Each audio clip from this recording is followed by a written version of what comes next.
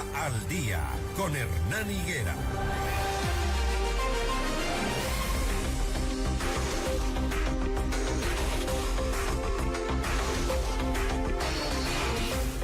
Contacto ya con David Rico, consultor político venezolano. ¿Qué tal, David? Buenos días, saludos desde Quito, Ecuador. Buenos días, Hernán. Saludos desde Madrid, en mi caso, con mucho frío, pero aquí estamos contentos. Bueno, entiendo que en Venezuela la situación es de incertidumbre, de división, de no saber qué hacer, qué va a pasar, porque cuando Donald Trump advertía desde septiembre que va a caer el gobierno de Maduro, se entendía que iban a salir todos y que el cambio iba a ser de un día para el otro. Pero vemos que esto se torna cada vez más grave y más difícil y pone a la gente en incertidumbre. ¿Qué va a pasar ahora en Venezuela? ¿Qué viene tras la caída de Maduro?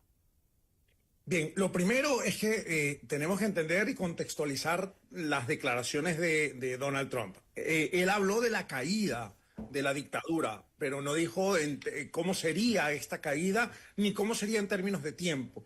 Yo quiero traer el ejemplo de lo que ocurrió en República Dominicana con Rafael Trujillo, el dictador dominicano, y es que existía una figura, digamos, de oposición que era Juan Bosch, pero, digamos, una vez que cayó la dictadura, Estados Unidos termina colocando a Joaquín Balaguer como esa figura que estaba ligada al régimen de Rafael Trujillo, pero que al mismo tiempo permitía esa presidencia provisional que condujera a la transición a la democracia dominicana. Y eso es lo que estamos viendo hoy. En España, el primer presidente después de la dictadura de Franco fue ministro de Franco, bien, que hoy lleva el nombre del aeropuerto en Barajas. Pues fue el presidente de una España post-dictadura fue parte del gabinete de la dictadura de Franco. Es decir, lo que se está viendo, lo que se está llevando a cabo en Venezuela, no es más que, digamos, claramente la ejecución de lo que en la teoría política se debe hablar sobre las transiciones. Las transiciones no las lleva no las debe llevar, mejor dicho, la oposición a un régimen dictatorial, sino una persona que sea más liberal, pero que pertenezca a la misma ala de la dictadura. ¿Esto por qué?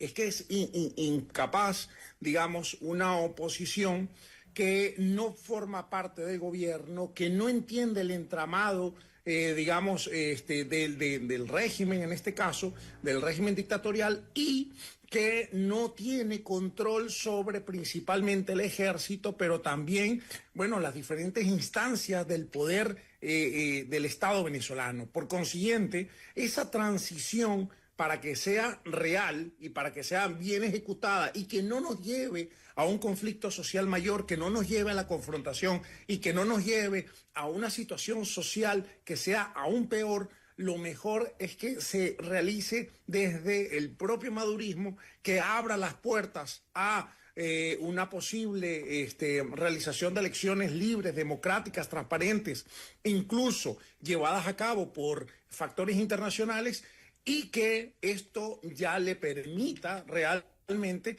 la construcción, digamos, de una sociedad democrática como lo fue en Venezuela. Pero aquí hay algo clave, y es que se ha vendido desde también factores de la oposición venezolana, y eso creo que ha sido una responsabilidad, que la caída de la dictadura permitiría inmediatamente la restitución de la democracia, pero la realidad política, la realpolitik nos dice que no es así, que no funciona así, que no ha funcionado nunca de esa manera. Ahora, hay una confusión también porque se sobreentendía, o al menos así se pensaba antes, que Edmundo González iba a asumir la presidencia, pero vemos a un Edmundo González débil diciendo, hey, aquí estoy, por si acaso, yo fui electo el presidente. Y a María Corina Machado el sábado el presidente le dijo que le parecía una señora muy simpática, pero que no tiene el poder como para asumir un reto como el que Venezuela requiere. Eso también como que descolocó a los venezolanos que eligieron un presidente, ¿no? ¿Cómo lo leen? Sí, esto ha generado una convulsión importante en la comunidad venezolana, en especial entre la comunidad opositora que no esperaban ese tipo de declaración, pero insisto, ha sido por la construcción de expectativas, es decir, se construyó la idea de que después del 28 de julio de 2024 el presidente debía ser obligatoriamente Edmundo González y quien debía, digamos, ser el titular a la hora de llevar la transición, pero lo cierto es que, primero, quien está llevando el proceso de salida de la dictadura es Estados Unidos y es Donald Trump. Quien está, de alguna manera, llevando el proceso no es ni María Corina Machado ni Edmundo González. Este proceso, digamos, de apertura, este proceso de democratización de Venezuela.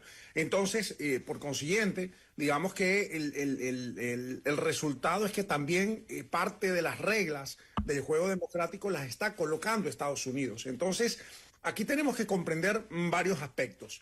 Estados Unidos comprende que Venezuela es gobernada por una dictadura que que es una dictadura totalitaria, es decir, que tiene el poder y todos los tentáculos en todos los estamentos del poder en Venezuela. Es decir, manejan el control electoral, manejan el poder electoral, perdón, manejan la asamblea, manejan los jueces, manejan el poder ejecutivo, maneja todo. Entonces, la instauración de un nuevo régimen democrático, lo que puede llevar es que si el ejército es manejado por el chavismo, esto no puede generar un golpe de Estado en poco tiempo. Entonces, no puede llevarse de esa manera y debemos comprender que los sueños están muy distantes de la real política, ¿no? ¿Qué vendría entonces? ¿Que convoquen a elecciones en un procedimiento a corto plazo, que sería lo prudente para que participe la oposición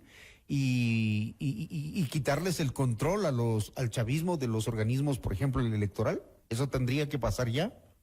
Tiene que pasar un proceso de transición en donde primero se legalicen los partidos políticos, se liberen a los presos políticos, se permita que los políticos en el exilio puedan volver a Venezuela a hacer política, que cualquiera pueda participar de la política y de la discusión política nacional. Pero para eso primero tiene que haber una reconfiguración del poder del chavismo. Hoy el poder está, tambaleando dentro de las propias filas del chavismo y tiene que haber un reacomodo de las piezas que en ese reacomodo empiecen a abrirse y a generar apertura a la transición.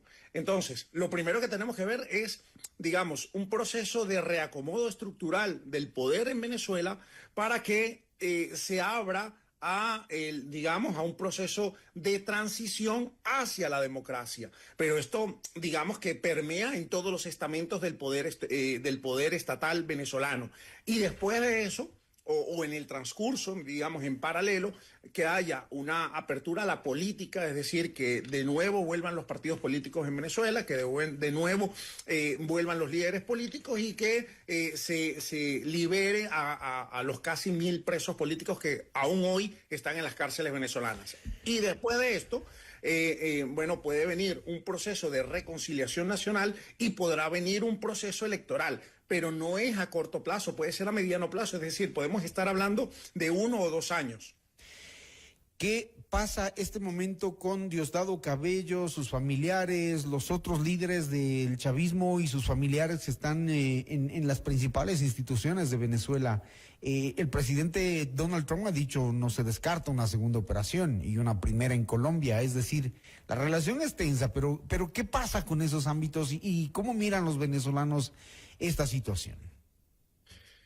Bueno, es muy confuso. Lo primero que hay que entender es que es lógico que haya mucha confusión, que haya mucha incertidumbre ante lo que está ocurriendo, porque no es un proceso que hayamos vivido los venezolanos en nuestra historia, pero tampoco es un proceso que haya pasado en muchos países. Es decir, son pocos los países que han vivido un proceso similar y son, digamos, pocas las comparaciones que se pueden tomar ante una situación tan compleja, tan difícil políticamente hablando. Sí. Me preguntaba eso porque hoy a Maduro lo van a acusar de narcotraficante, lo van a acusar de un montón de cosas y eso no pudo haberlo hecho solo, pues, ¿no? Entonces, sí genera esa cuestión de ¿y los demás?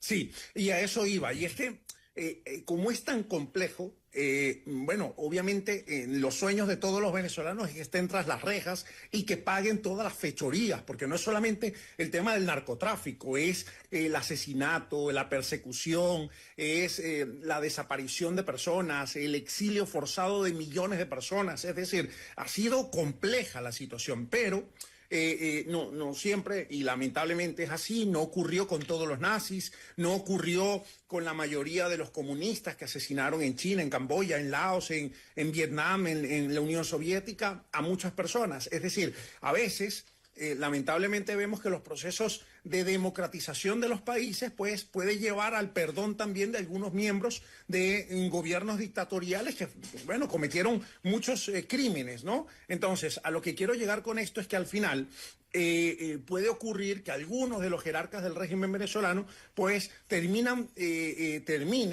siendo parte de la política venezolana. Ahora, habrá algunos que están siendo hoy solicitados por la justicia norteamericana, que tienen orden de captura y que incluso tienen recompensa, que estamos más que seguros que van a tener que pagar sus crímenes ante las cortes internacionales. Ahora, ¿quiénes van a ser? Es muy difícil saberlo porque dependerá de muchos elementos que son netamente políticos, como las negociaciones que va a haber entre la dictadura venezolana y el gobierno norteamericano para este proceso de transición a la democracia, ¿no? Entonces, pero seguramente va a haber muchos miembros del régimen que vayan a pagar ante la justicia, pero vaya a haber muchos que a pesar de sus fechorías, pues queden en libertad. O que entreguen información, ¿no? Vamos a ver, son horas cruciales, son días cruciales los que se esperan en Venezuela y por supuesto estamos expectantes a ver qué ocurre. Gracias a David Rico, consultor político venezolano, en enlace desde Madrid, desde España, haciendo o profundizando en el tema político en Venezuela. Muy gentil, David, por atendernos. Gracias, Germán. Que tengas Gracias, buen día.